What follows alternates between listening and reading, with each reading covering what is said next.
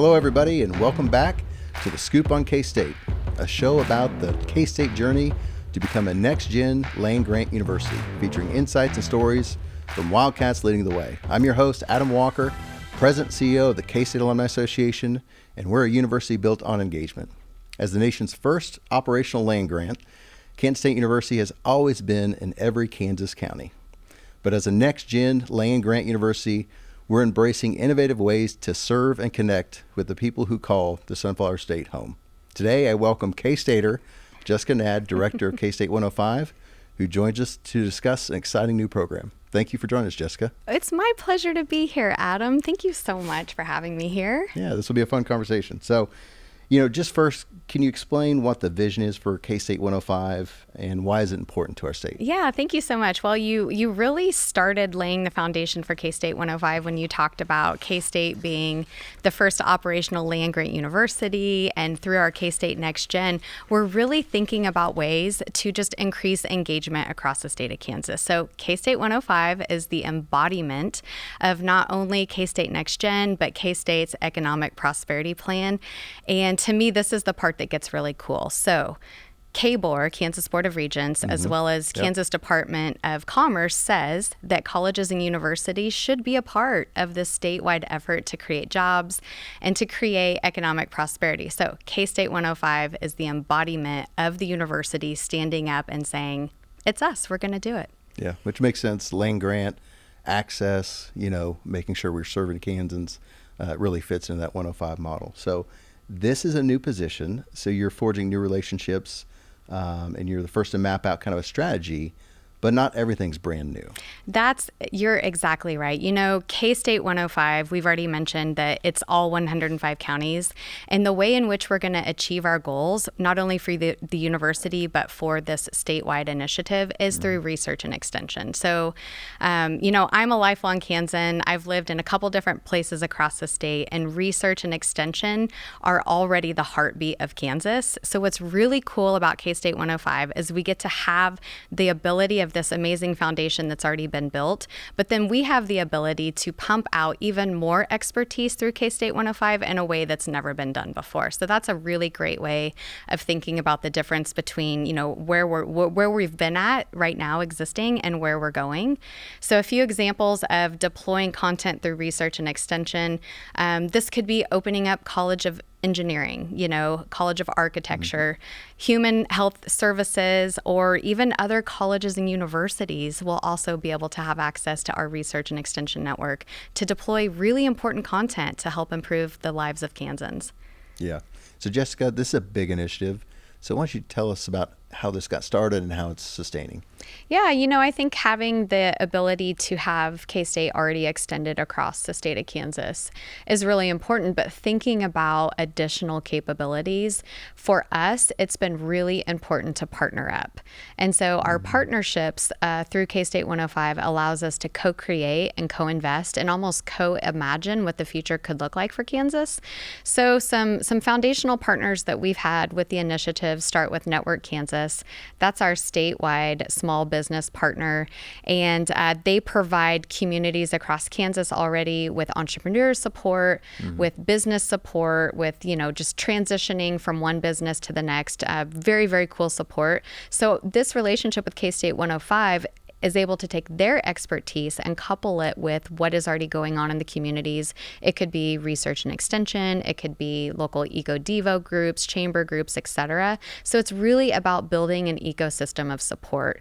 We also have some regional partners that include Go Topeka. Go Topeka is the home of the Plug and Play cohort for animal health and in ag tech space, which is a great intersection into the work that we're already doing at the university.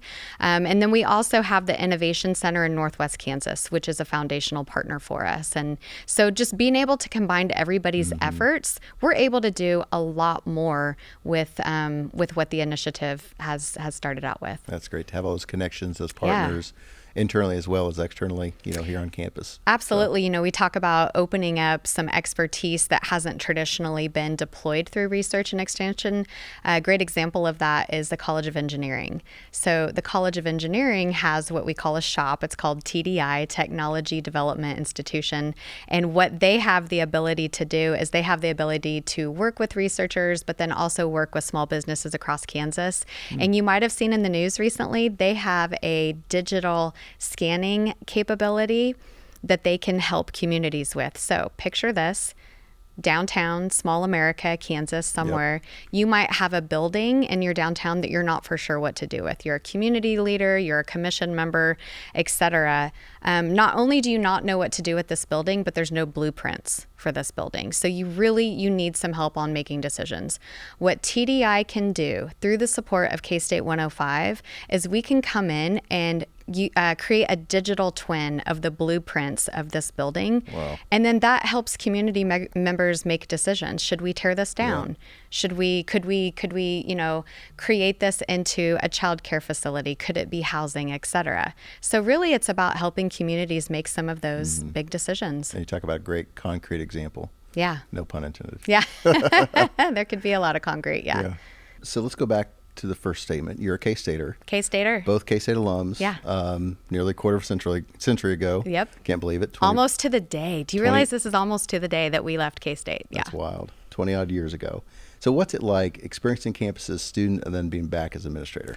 I love that question so much, and we talked before the podcast. I think when you're a kid, you see K-State when you live in Kansas. I mean, if you live in any town in Kansas, you see 4-H, you see the county fair.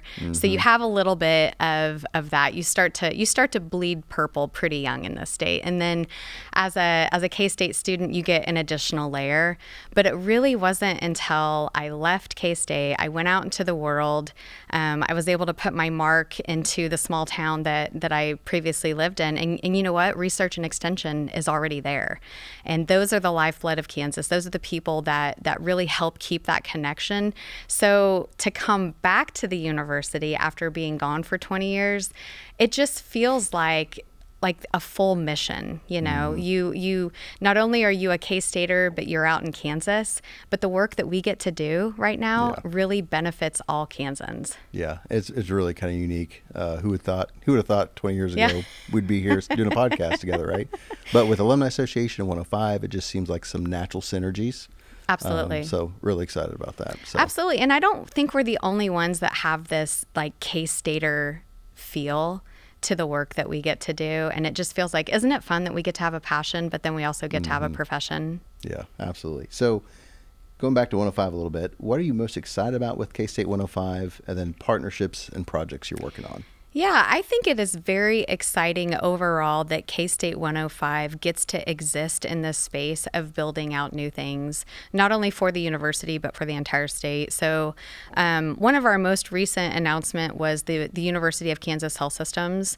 And this is an example where you've got K-State through research and extension, through our land grant mission, partnering up with the state's only research and academic university, the KU side of things. And it's this really great possibility of us putting our heads together and saying, what can we do together that each institution could not have done alone? So through that, we might be looking at advancing more telehealth out into rural communities. It could be more behavioral health. There's a real need to enhance OBGYN care and at-risk pregnancy care across the state. And then also one that's really near and dear to my heart personally is dementia caregiver support. So not only does our university have expertise in that, but so does the University of Kansas Health Systems. So together, it's about putting together relevant information that Kansans desperately need right now. How does it fit into the next gen strategic plan? Yeah, I think that's great. I mean, I think we talk a lot about 105 being the embodiment of it. this is an example where we have an idea and you have a strategy. The way that I see it is K-State 105 is the tactical side of it. It's taking the ability to build out a new initiative and saying, okay, for year one, we're going to build out some capabilities of how the university engages throughout the rest of the state, but we're going to create a pattern that is going to be effective for the university to really stand up this next gen K-State way of doing business. It's really exciting. Yeah. And I think it's really neat. If you think about obviously 105 counties, what you're doing with K-State 105 is really getting back to the grassroots, getting out in the communities. We had several 105 visits. I was part of some. I was fortunate to be a part of some of those the first 9 months.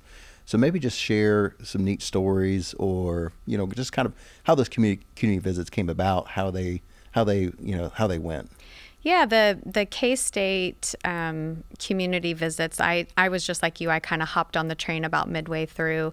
But the team that put that together spent over 2 years, and during that 2-year span had connections with all 105 counties. I'm not positive that has perhaps ever happened, that a university in this state has gone out to all 105 counties. And I think what that allows you to do is you really get to understand the people and the situations that they're in, whether it's a community that's struggling with, affordable housing, which a lot of communities nationwide, but in particular in Kansas, are struggling with that.